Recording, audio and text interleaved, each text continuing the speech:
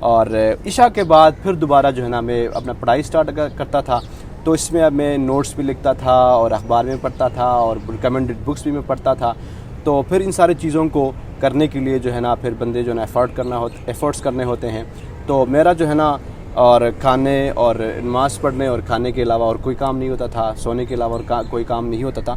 تو میں ہر وقت پڑھتا رہتا تھا. تو ظاہر سی بات ہے جو لوگ کہتے ہیں کہ اس کے لیے نیندیں حرام کرنی ہوتی ہیں, تو اس میں کسی حد تک سچائی بھی ہے.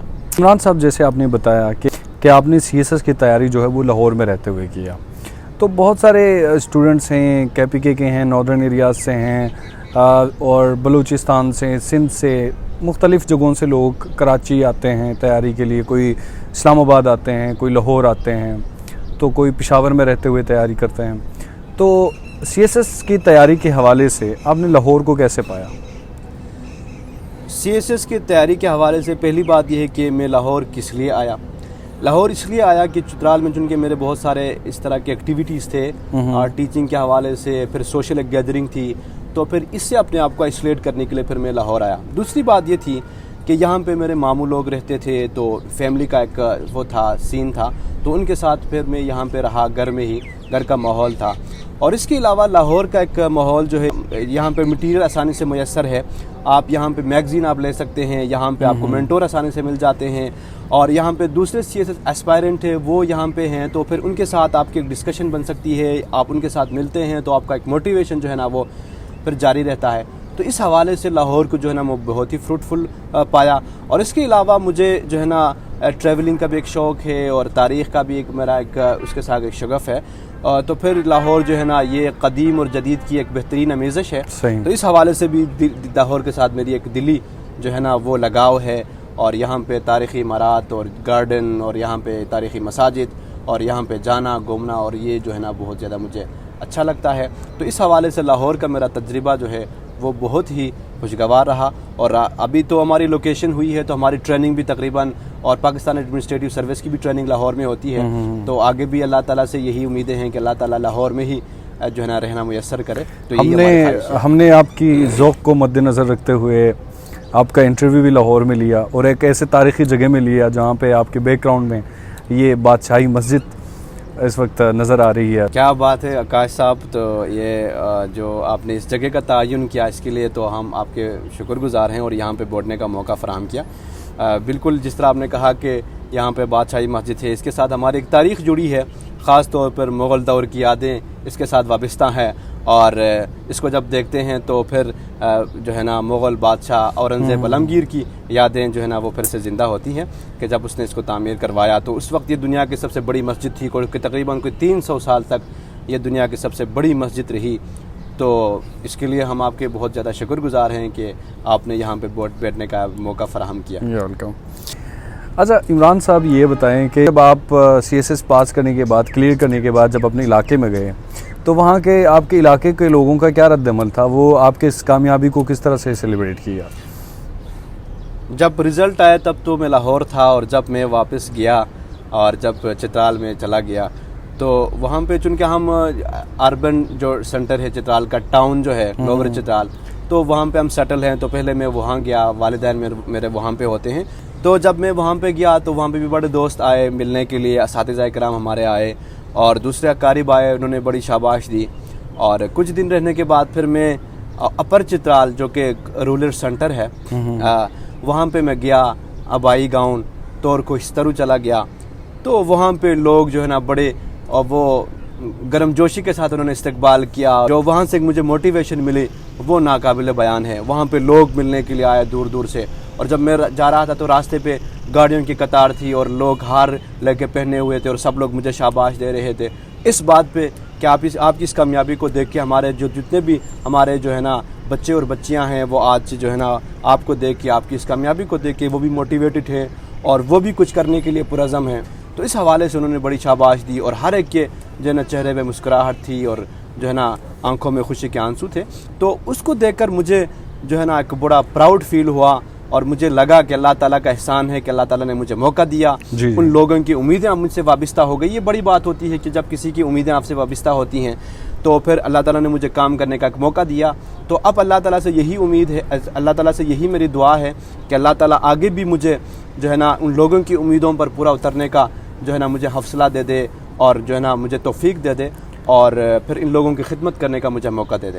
عمران صاحب، جس طرح آپ نے کہا کہ علاقے کے حوالے سے آپ ایک بہت درد رکھتے ہیں، تو سی ایس ایس جب لوگ پاس کرتے ہیں تو کسی کو پاور چاہیے ہوتا ہے، کوئی اپنے بہتر مستقبل کے حوالے سے سوچتا ہے، کوئی اپنے لگژریس لائف کے حوالے سے سوچتا ہے، کوئی اپنے بچوں کے مستقبل کے حوالے سے سوچتا ہے، زندگی جب سیٹل ہو جاتی ہے۔ تو آپ کے مستقبل کے حوالے سے آپ کی کیا سوچ ہے؟ آکاش بھائی، یہاں پہ جو لوگ کامیاب ہوئے ہیں ان کی کیا موٹیویشن سے، ان کے کیا پیشن سے، ان کے بارے میں تو مجھے کچھ نہیں معلوم۔ البتہ میں اپنا بتاتا ہوں، جب میں اسپین جانے سے پہلے جب میں سی ایس ایس کا سوچ رہا تھا تو جیسے میں نے آپ کو بتایا اس وقت میرا بھی جو ہے نا کچھ اسی طرح کا تھا کہ یہ ایک جاب ہے، اگر یہاں پہ جب بندہ چلا جاتا ہے تو بہت سارے اتھارٹیز آپ کے پاس آ جاتے ہیں اور آپ کو جو ہے نا کوئی گاڑی مل جاتی ہے، گھر مل جاتا ہے۔ تو اس طرح کا ایک میرا بھی سوچ تھا، کیونکہ ہمارے جو دوست ہم تیاری کرتے سب کا یہی ڈسکشن ہو رہا تھا، آپس میں ہم یہی ڈسکس کر رہے ہوتے تھے۔ لیکن جب میں باہر چلا گیا، وہاں پہ سسٹم کو میں نے دیکھا، وہاں پہ لوگوں کو پریارٹیز کو میں نے دیکھا اور وہاں پہ گورننس کو میں نے دیکھا، اور جس کو میں نے ایکسپیرینس کیا، ایجوکیشن سیکٹر کو دیکھا، ہیلتھ سیکٹر کو دیکھا، اور وہاں پہ کمیونیکیشن کو، ویسٹ مینجمنٹ کو میں نے دیکھا، اور سب سے بڑی بات ہے کہ وہاں پہ جو انسٹیٹیوشنل جو ڈیولپمنٹ ہے، وہاں پہ ادارے کتنے مضبوط ہیں، وہ کتنے ایفیکٹیولی کام کرتے ہیں، وہاں پہ کرپشن نہیں ہے، وہاں پہ نیپوٹزم نہیں ہے۔ جب ان چیزوں کو دیکھا پھر مجھے لگا کہ ڈیولپمنٹ جو ہے نا اصل چیز، ترقی اسی کو کہتے ہیں کہ ہم اپنے اداروں کو بنائے، ہم اپنے لوگوں کو جو ہے نا اٹھائے۔ تو پھر وہاں سے میرے اندر ایک پیشن جنریٹ ہو گیا کہ میں واپس جاؤں اپنے ملک میں، جہاں پہ میرے والدین رہتے ہیں، جہاں پہ میں پیدا ہوا، جہاں پہ میں جو ہے نا پلا بڑا، اور وہاں پہ میں دوبارہ سرو کروں۔ تو واپس آنے کے بعد جب میں سی ایس ایس کے امتحان کے لیے آیا تو پھر میں ایک پیشن کے ساتھ آیا، ایک ویژن کے ساتھ آیا۔ اب میرے سامنے نہ کوئی بڑا گھر ہے اور نہ کوئی بڑی گاڑی ہے، بلکہ میرے سامنے ہے کہ ایک ایسی قوم ہے کہ جہاں پہ بہت سارے ہمارے چیلنجز ہیں، بہت سارے مسائل ہیں، لیکن اپرچونیٹیز بھی ہیں، یوتھ کی صورت میں، ٹیلنٹ کی صورت میں، یہاں پہ جو ہے نا ایک ہیومن ریسورس کی صورت میں اپرچونیٹیز بھی ہیں۔ تو ان اپرچونیٹیز کو لے کے ان مسائل کے خلاف جو ہے نا مقابلہ کرنا ہے، لڑنا ہے، تو یہ ایک اپرچونیٹی ہے، یہ ایک موقع ہے، تو میں اس کو موقع کے طور پہ لیتا ہوں، اپرچونیٹی کے طور پہ لیتا ہوں۔ تو اللہ تعالیٰ نے موقع دیا ہے، تو آگے انشاءاللہ تعالیٰ میں جو ہے نا اس جاب میں ایک پیشن کے ساتھ آیا ہوں، ایک کمٹمنٹ کے ساتھ آیا ہوں۔ بہت بہترین سوچ ہے، اللہ استقامت عطا فرمائے۔ آمین۔ عمران صاحب، یہ بتائیں، جو لوگ سی ایس ایس اٹیمپٹ کرنا چاہتے ہیں، جو اسٹوڈنٹس آپ کو دیکھ رہے ہیں، تو آپ ان کے لیے کیا پیغام دیں گے جو لوگ سی ایس ایس کی طرف آنا چاہتے ہیں؟ سی ایس ایس اسپائرنٹ کے لیے میرا پیغام یہی ہے کہ پہلے آپ لوگ جو ہے نا سوچنے کے بعد آپ جو ہے نا ڈیسیجن لے لیں کہ آپ نے سی ایس ایس کرنا ہے کہ نہیں۔ اگر آپ ڈیسائیڈ کرتے ہیں کہ میں نے سی ایس ایس کرنا ہے، تو پھر میں نے بتایا کہ یہاں پہ بڑے ہارڈلس آتے ہیں، لمبا سفر ہے، کمٹمنٹ کی ضرورت ہوتی ہے، ہارڈ ورک کی ضرورت ہوتی ہے۔ تو اس سلیبس کو کور کرنے کے لیے آپ نے پڑھنا ہے اور اس کو ریکریٹ کرنے کے لیے آپ نے پریکٹس کرنا ہے، تو اس میں بڑے مسائل آئیں گے۔ اگر آپ نے ان سب چیزوں کے بارے میں سوچا ہے، اگر آپ نے ڈیسائیڈ کیا ہے، تو پھر آپ کمٹمنٹ کے ساتھ رہے۔ تو دوسری بات پھر یہی ہے کہ آپ ہیلتھی میٹیریل سے استفادہ کریں، جو مارکیٹ میں جو ہمارے جو لوکل جو گائیڈ وغیرہ بکس مل جاتے ہیں، بہتر یہ ہے کہ جو ہے نا ان پر اکتفا نہ کریں، مطلب ان پر ہی بھروسہ نہ کریں، مطلب کچھ ریکمنڈڈ بکس ہیں آتھرس کے جو ہیلتھی میٹیریل ہیں ان کو پڑھیں، اور فورن میگزینس پڑھیں جو کہ سافٹ میں مل جاتے ہیں آسانی سے، وہ پڑھیں، نیوز پیپر پڑھیں۔ اور سب سے ضروری جو بات ہے وہ یہ ہے کہ جو بھی آپ پڑھتے ہیں اس کو دوبارہ ریکریٹ کرنے کی کوشش کریں، یعنی اس کو لکھے نوٹ کی صورت میں، اس کو جو ہے نا اسائنمنٹ کی صورت میں لکھے، ان کو بار بار لکھے اور ان کو بار بار لکھے، اور پھر جو ہے نا ان کی خود بھی چیک کرے اور دوسروں سے بھی چیک کروائے۔ اور اسی طرح سے اگر آپ پڑھو گے اور پھر اس کو دوبارہ ریکریٹ کرو گے، آپ اس میں جو ہے نا آسانی سے آپ کامیاب ہو سکتے ہیں۔ یہ بتائیں کہ اکثر جو اسٹوڈنٹس ہیں ان کو سبجیکٹ سلیکشن کے حوالے سے کنفیوژن ہوتی ہے، تو سبجیکٹ سلیکشن کے حوالے سے کیا اسٹریٹجی ہونی چاہیے اور آپ کی اسٹریٹجی کیا تھی؟ سبجیکٹ سلیکشن جو ہے یہ سی ایس ایس کا جو ہے پہلا ایک آپ کہہ سکتے ہیں کہ مرحلہ ہے، جس میں بندے کو سوچ سمجھ کر وہ فیصلہ کرنا ہوتا ہے کہ میں نے کون سے سبجیکٹ رکھنے ہیں، کیونکہ انہی سبجیکٹ کے اوپر پھر آپ کی جو جرنی ہے وہ بیس کرتی ہے، آخر تک انٹرویو تک پھر آپ ان سبجیکٹ کے اوپر بیس کرتے ہیں۔ ایون انٹرویو میں بھی آپ سے انہی سبجیکٹس میں سے پوچھا جاتا ہے، تو اس لیے سبجیکٹ میرے خیال میں بندہ جو ہے نا اپنی ایک شوق کے حساب سے اپنی اسٹرینتھ کے حساب سے رکھے. مطلب بندے کو اگر ہسٹری پڑھنے کا شوق ہے تبھی ہسٹری رکھے, اگر شوق نہیں ہے تو پھر نہ رکھے. اور پھر اسٹرینتھ کے حوالے سے میں یہ بتاتا ہوں کہ بندے کی اپنی اگر ڈگری ہو, اسٹرینتھ ہو, اور پھر اگر اس کی اپنی ایک شوق ہو تو پھر جو بھی سبجیکٹ اگر اٹھائے اور اس کی خوب تیاری کرے, اور جس طرح میں نے بتایا کہ ہیلتھی میٹیریل لے لے اور پھر ان کی ریکریٹ کرنے کی اور ان کی پریکٹس کرے, تو پھر جو ہے نا اس میں جو ہے نا وہ ٹاپ اسکور کر سکتا ہے. میں نے خود کیمسٹری میں نے پی ایم ایس بھی رکھا ہوا تھا اور سی ایس ایس میں بھی رکھا ہوا تھا. سب نے مجھے ڈسکریج کیا کہ کیمسٹری نہ رکھے, جو ہے نا اس میں آپ جو ہے نا آپ کو مار پڑے گی, لیکن میں نے اس کو رکھا اور اس میں انٹرویو میں بھی مجھ سے کوشچن پوچھے, ریٹن میں بھی اس کے پیپر اچھے ہوئے. تو جو ہے نا میرا ایک اچھا ایکسپیرینس ہے, اور میں کہتا ہوں کہ جو ہے نا جو بندے کی اپنی اگر ڈگری ہو تو وہ سبجیکٹ رکھے, اور پھر اس کے ساتھ جس میں اس کا انٹرسٹ ہے تو پھر وہ سبجیکٹ رکھے, تو پھر اس میں آسانی ہوگی. عمران صاحب بہت شکریہ, آپ پروگرام میں تشریف لائیں اور اپنے تجربات سے جو ہے ہمارے جو آڈینس ہیں ان کو سی ایس ایس کے حوالے سے آگاہی دی. بہت شکریہ آکاش بھائی کہ آپ نے مجھے بولنے کا موقع دیا, اور اس لیے میں آپ کا بہت زیادہ ممنون ہوں. اور اس حوالے سے بھی جو ہے نا آپ کی یہ کاوش بہت قابل ستائش ہے کہ آپ اس طرح کے پروگرامات سے جتنے ہمارے نوجوان ہیں ان کو موٹیویٹ کرتے رہتے ہیں اور ان کے لیے مختلف پہلوؤں سے جو ہے نا معلومات فراہم کرتے رہتے ہیں. تو اس حوالے سے بھی جو ہے نا ہم آپ کے بہت زیادہ ممنون ہیں, اور اللہ تعالیٰ جو ہے نا آپ کو اس کام میں استقامت عطا فرمائے. آمین آمین آمین. بہت شکریہ عمران صاحب. ناظرین, اس کے ساتھ ہی ہمارے آج کا جو پروگرام ہے وہ حویلی ریسٹورنٹ کے روف ٹاپ سے اپنے اختتام کو پہنچتا ہے. اگلے پروگرام میں انشاءاللہ پھر آپ سے ملاقات ہوگی. تب تک کے لیے اپنا خیال رکھیے گا اور مجھے اپنے میزبان وسیع الدین آکاش کو اجازت دیجیے. اللہ حافظ.